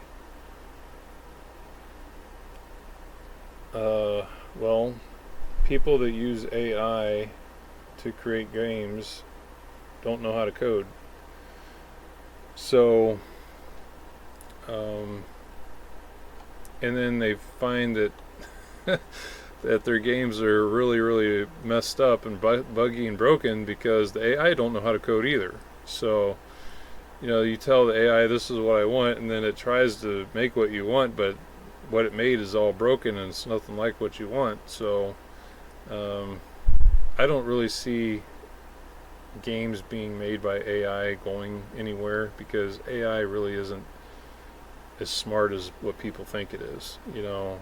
It's a program that tries to imitate a sentient being, and I'm not concerned as a developer. I'm not concerned about AI games actually replacing human beings, because AI will never be as good as a human. I mean, sure, they can calculate a lot faster than we can, but their logic gates are programmed by a human. So the logic gates of AI is limited by the logic of the programmer. And yeah, I don't see it going anywhere. As a gamer myself, I hate the fact that all these big corporations are trying to push AI on all of us. Like, I don't want AI. I don't want it on my phone. I don't want it on my PC. Windows 11 is trying to put AI into Windows 11. Apple, Android, iOS, they're all trying to put AI in everything. You got it in your web browsers. It's like, it used to be when I searched for something on Google, I would get the results of what I searched for. Now, half of my page is what some AI is trying to tell me about what I'm searching for. They're pushing it on all of us. Nobody wants it. they're trying to sell it to us, but there's no real product for them to be selling. Like what exactly are they trying to sell us? They're trying to sell us an assistant that answers all our questions with pre-programmed answers. Not necessarily telling us the truth, but telling us what it thinks is the truth based on its data source. I don't like AI, and I really hate the fact that everything PC is skyrocketing in prices. Memories doubled in price or tripled in price. CPUs, RAM, SSDs. Everything is just crazy expensive, which is really bad for game developers who are trying to sell PC games which require a PC. So I hate the whole AI industry for that, because it's hurting me as a game developer, and every game developer. So I hope people speak with their wallets and just don't pay for these AI subscriptions and all this stuff. And it's really scary that like NVIDIA, I don't know if you guys keep up with gaming news, but like PC hardware is a big part of gaming news, and like a lot of these industry leaders like NVIDIA, AMD, Intel, they're all pushing AI, and it's not good. It's not good for the gaming industry at all. NVIDIA is really, the CEO of NVIDIA was recently saying that the future of gaming is all GeForce Now. It's renting a PC to play the game that you want to play, instead of actually owning your own PC and playing on your own PC. And I'm PC gamer master race. I've been a PC gamer since 1996, and being able to build your own PC, customize your own PC, that's always been the peak of gaming to me. And then internet play, free play on the internet with whoever you want to play with. Whereas you're not bound by Xbox or PlayStation or Nintendo's subscriptions and all that. All you need is an internet connection, and you can play with whoever you want. So I love the PC, and I am not a fan of AI at all.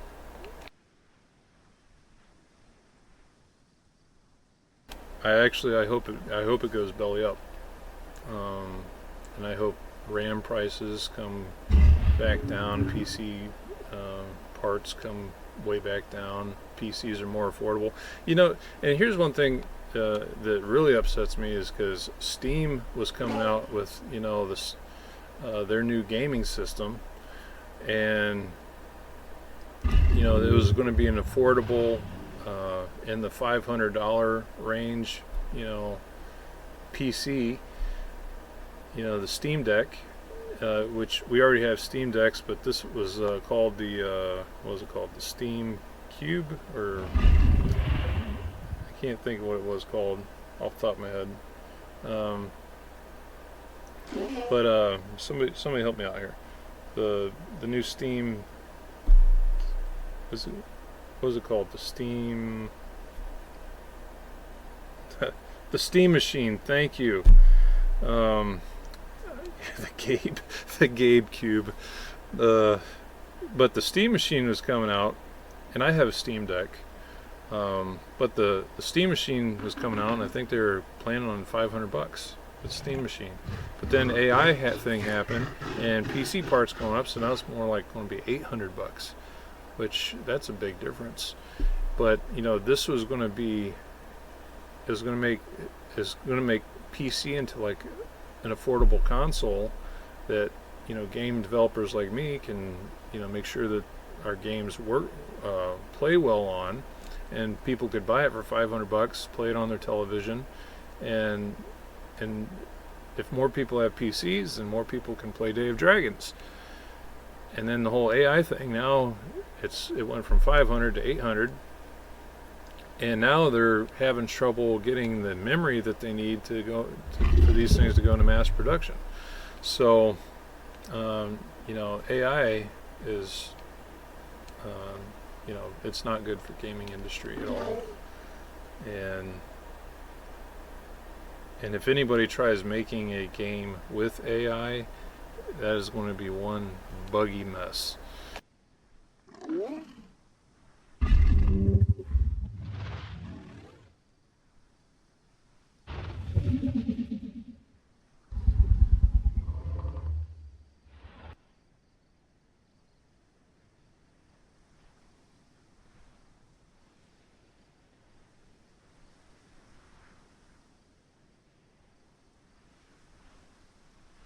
Yeah, Steam is, people have asked, why is Day of Dragons on Steam?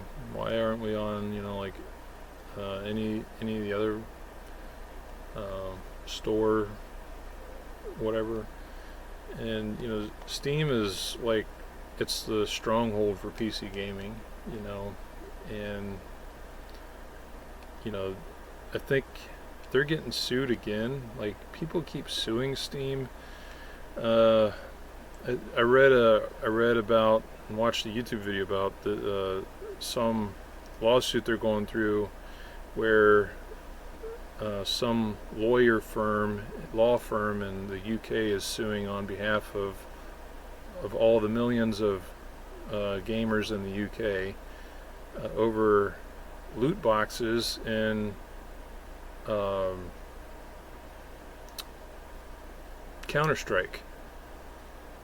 It's like, how can you sue Steam on behalf of 8 million UK gamers over loot boxes?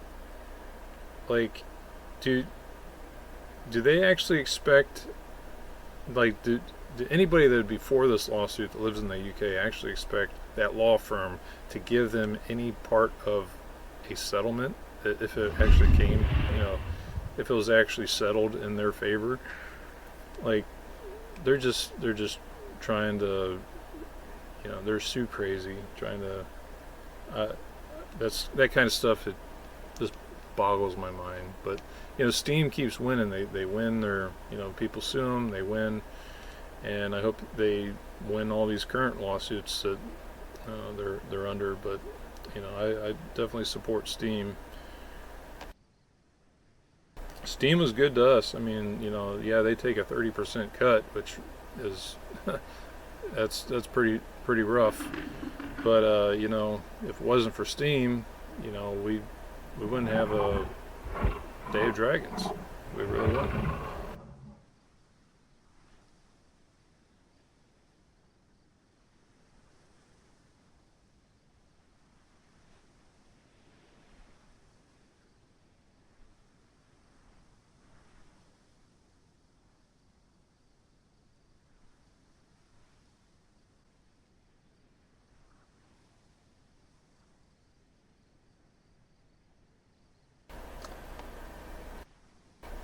I probably missed your question. I don't read chat when I'm talking. I would just lose my train of thought.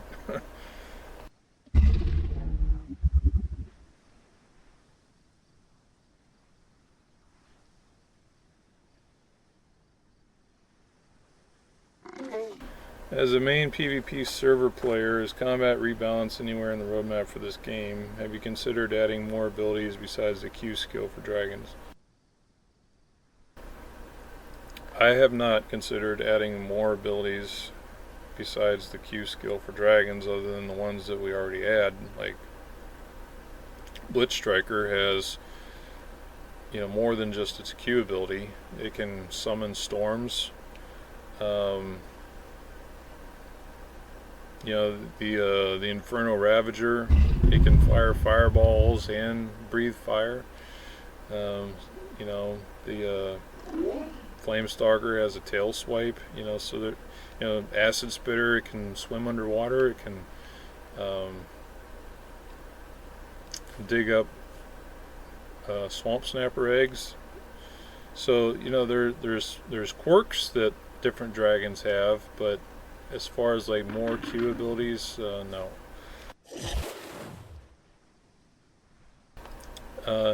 Combat rebalance. What I don't know exactly what you would want rebalanced about the combat.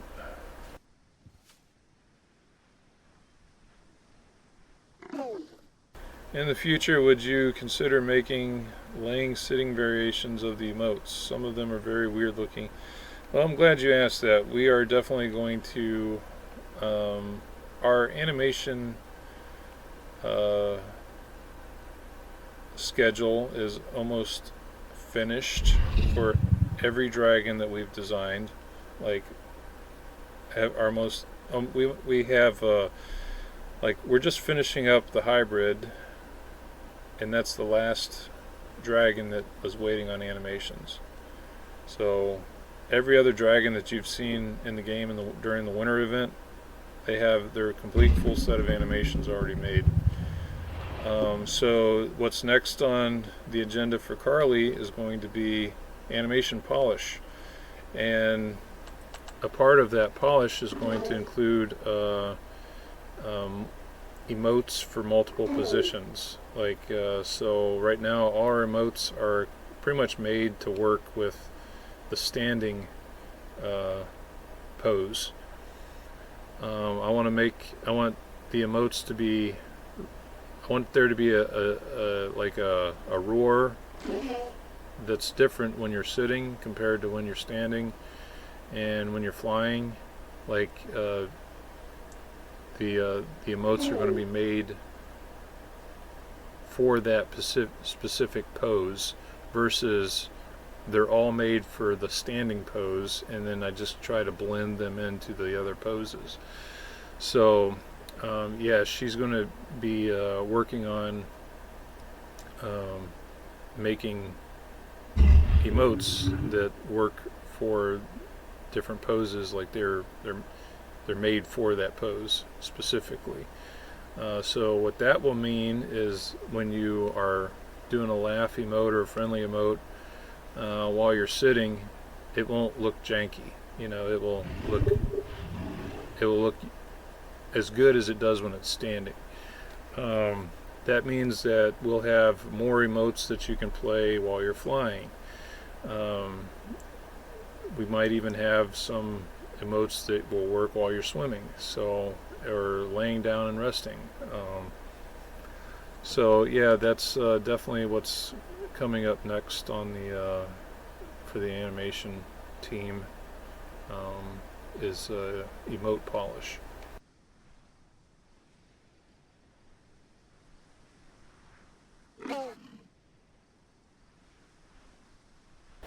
Is there any plan on expanding the mutation skill tree? I've thought about it. Nothing set in stone right now. The asset spitter does have a tail attack. I just have not put it in the game yet.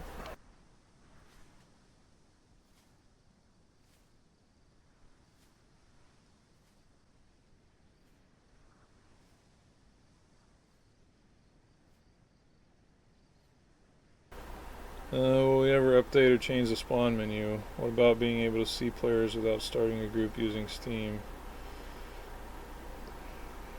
If I ever update or change the spawn menu, I'm going to put a thing where you can actually see your dragon before you spawn in the game, and so that when you select a new dragon, you can actually like click the different skins and see you know what the skin looks like before you spawn it into the game. But right now it works, and if it's not broke, I don't want to fix it right now because I got way too many things to work on. But you know, that's can be something in the future.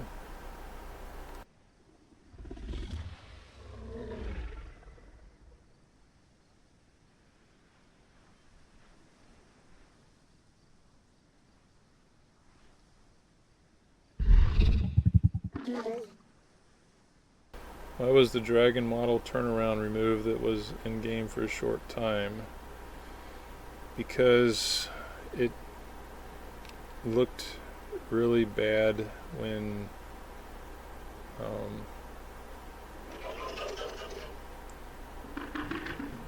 like sometimes it looked good, sometimes it looked bad, and getting it to work all the time was a struggle because of alt turn. And you know, when you're alt turning, a lot of game, you know, like Unreal Engine was made for bipeds, you know, humans as your main character. So the capsule component, you know, which is part of the character movement component, is vertical. It's a vertical capsule. And you know, if the capsules were made for dragons, they would be horizontal, not vertical. But they're not. They're vertical. And a lot of, you know, all motion happens on the root, which is, you know, great for bipeds like humans, but it's not great for four-legged creatures like dragons because your movement's all on the back legs. And so when you got a lot of horizontal body in there, it's hard to get that front of the body to turn properly, you know, because Unreal is rotating your character on a 0 axis, you know, and just it we had it for a while. It just didn't look good. Turn in place doesn't look great either, but at least you're not staring at you know, animations that aren't syncing properly.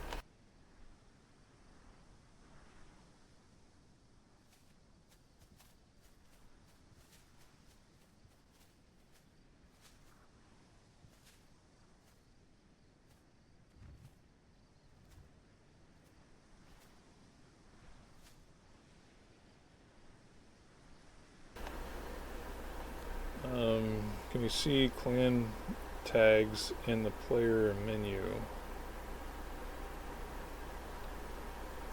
Clan tags in the player menu. Not really sure what you mean by that.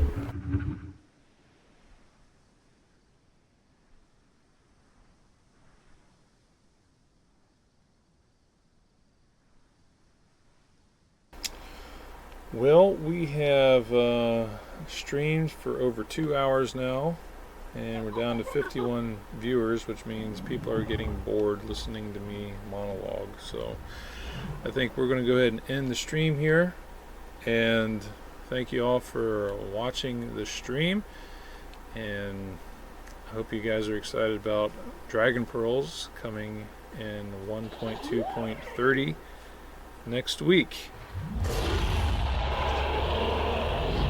Dragon Pearls will bring to Day of Dragons an economy, tradable goods that you can trade to other players for favors, eggs, skins, or other pearls.